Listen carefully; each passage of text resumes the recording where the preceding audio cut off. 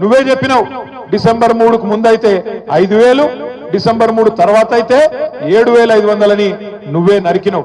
మరి ఆ లెక్క తీస్తే ఈ రోజు ఒక్కొక్క ఎకరానికి సంవత్సరంలో రేవంత్ రెడ్డి ఎంత బాకీ ఉన్నాడు ఎరికేనా? ఒక్కొక్క రైతుకు ఒక ఎకరానికి 17,500 రూపాయలు చొప్పున బాకీ ఉన్నాడు.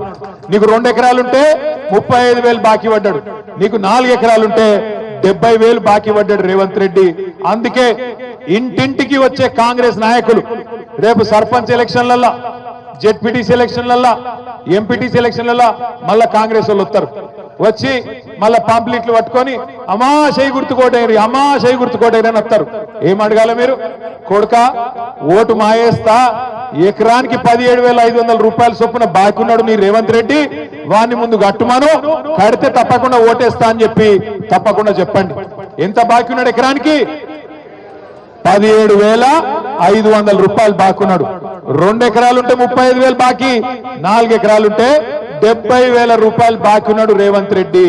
రాగానే బాకీ ఉన్నాను ఎట్లా అడుగుతాం మనం? అవసరమైతే గల్ల పట్టుకొని అడగాలి.